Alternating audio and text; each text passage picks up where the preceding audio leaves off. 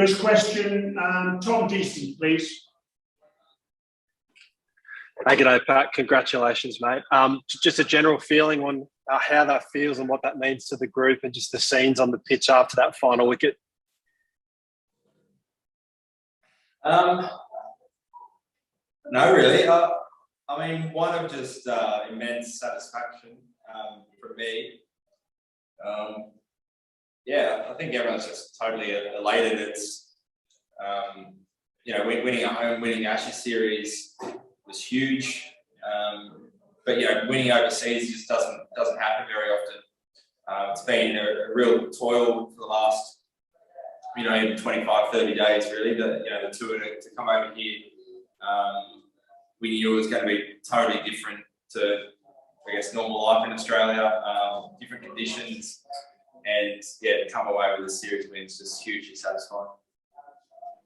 And I'd just like to ask about the declaration, just your thoughts on how that played out yesterday, how you slept on that sort of last night going into the final day of the series, and what you're most pleased with on what the boys executed today.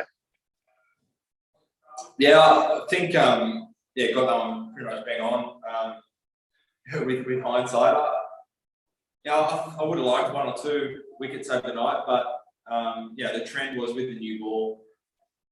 First 30 overs or 40 overs is tough to take wickets, especially top order wickets. And then after that, once the ball softens, starts to reverse. The run rate kind of slows right down. So I knew them going at close to 3 and over for over 100 overs, they were going to have to bat exceptionally well.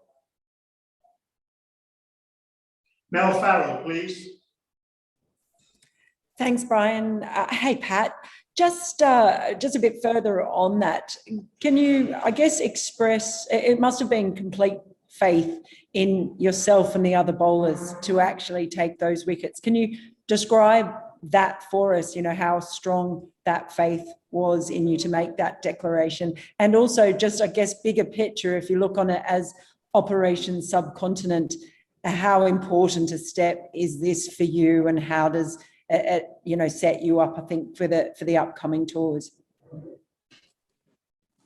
Yeah, I think that's one of the things. We won in the Ashes, but to be really tested overseas, the amount of confidence we'll get out of winning over here, not just as a team, but so many individuals. Every individual had their moment and has shown that their game stands up to Asian conditions. So it's huge for Sri Lanka later in the year, India next year. That's awesome. I think for the bowlers, huge faith. Quick bowlers probably surprisingly had a bigger role in this match than we perhaps thought. Reverse kind of started pretty early and tended to hang around the whole until you got a new ball. So just thought the way both Cam and Mitch bowled, just had complete confidence I'm going to go probably 2 and over. And then Nate Lyon is bowling fantastic. It's as well as I've seen him bowl. I think just huge. He just parked himself up one end and goes at 2 runs and over. Feels like he's creating wickets the whole wicket chances the whole time. So had huge confidence overnight. Andrew Ramsey, please. Thanks, Brian. Hi, Pat, and congrats. Probably a bit early for reflections, but having led your first tour to the subcontinent, is there an obvious thing that stands out that you need to kind of look at or work on before you head to Sri Lanka for the next one, apart from maybe some crash DRS lectures or something? Yeah, probably need to get a little bit better at them. I don't think anything obvious. It's probably potentially not as spinning conditions here as we might get in Sri Lanka, but I think in the past, Asian tours that I've been on, there's a lot of talk leaving when we leave Australia that we've got to change everything about our game to succeed over here. I think this is a good lesson that the basics of batting or bowling that make you a good player in Australia can hold up over here. So if anything, I think it's reaffirmed that our games will hold up. Bharat Sundaresan, please. Thanks, Brian. Hey, Pat, you spoke about having to play the long game to win in the subcontinent. So can you just talk about how difficult it was to stay patient? You didn't really over-attack at any point today. Just kind of, all of you stuck to your plans and backed yourself. Yeah, we kind of, Andrew McDonald and myself have been kind of saying that a lot, that it's a 15-day test match. It's so back-to-back type. I didn't expect it to go right down to the last session on the 15th day. I think it's one of those ones where you want to try and speed up the game. You want to try and create things and make things happen. But if there's nothing in the pitch, if the ball's soft, you can't just magic things out of thin air. So you've got to take your medicine at the time. I think you saw that in the first test match. Absolutely, you love to push for a result in every test match, but it's sometimes it's not possible. So I thought the way we stuck at it, we were attritional for the whole series. Walked away last week, still their heads up high, confident for this week. Just, really proud of the group. Steve Larkin, please.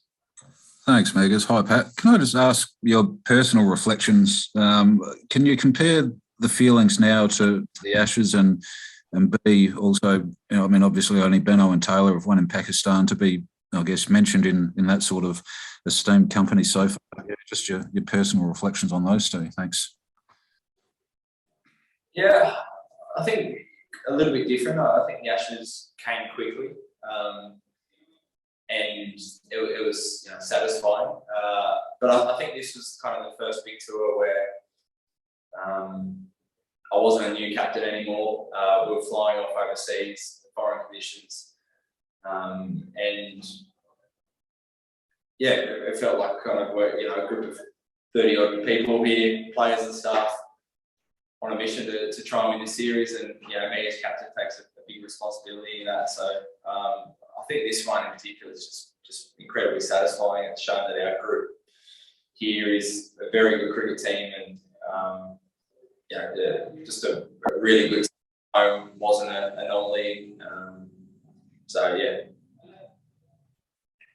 Shahid Hashmi, please.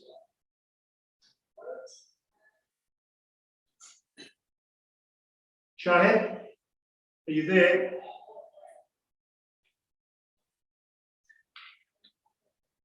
Shahid?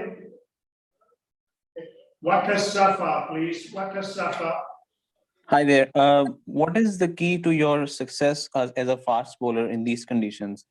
I mean, do you have to bowl much fuller here as compared to back in Australia? No, I wouldn't say that. I think you've got to hit the stumps more. I think in Australia you can rely on the outside edge carrying to the slip cordon or gully a lot more than you can here. I think you've seen for the most of the series we've only had one slip in, and with the edges it's just never going to carry to second, third gully. So you've probably got to attack the stumps, try and beat the batters on the inside of the edge more. So that's been an adjustment. I think you've just got to know that it's hard work. You've got to accept that your jobs might not be there to try and take a big bag of wickets. It might be to soften up the ball, roughen up the ball, bowl some short stuff into the batters to try and create something. You've got to put your kind of ego away over here a bit more than in Australia, I think. Adris Malik, please. Thank you, Brian. Pat, congratulations, excellent performance, especially you took the decision and proved it right. After 24 years, the same decision, 1-0 win. Everything was fantastic. Do you have any wish to now just get some memories from Lahore and to see Lahore before going back to Australia? I'm heading back pretty quickly. We're going to get a small break. But the one-day squad will stay around. But for sure, love to come back to Pakistan. Hopefully next time we can experience a bit more of it. I can't thank the people enough. We've been incredibly well looked after. The fans, the players, everyone's been incredibly welcoming. So I'm sure I'll be back hopefully, and when I am, can get out and see a bit more. Two more questions now, please. First of all, Lachlan. Thanks, Brian. Hey, Pat. I obviously first Test series now done with Andrew McDonald there as interim coach. What did you make of him across this series, being there in charge of you guys, and has it changed your belief or any of your teammates' belief about seeing him in the role full term in the future? Yeah, he's fantastic. Not unexpected. He's just a great operator. The boys absolutely love him. Very diligent, very thorough, strategic, very organised. So he's a huge part of this tour win. His preparation and all the support stuff. It's not just the 11 players that walk out. We've got a squad of 30 odd people who have been working so hard this month, and it's all so important. So he's been a big important role. Said before, it's not my place to employ the coach, but Ronnie's been fantastic. Last question now, please. Usman Khan.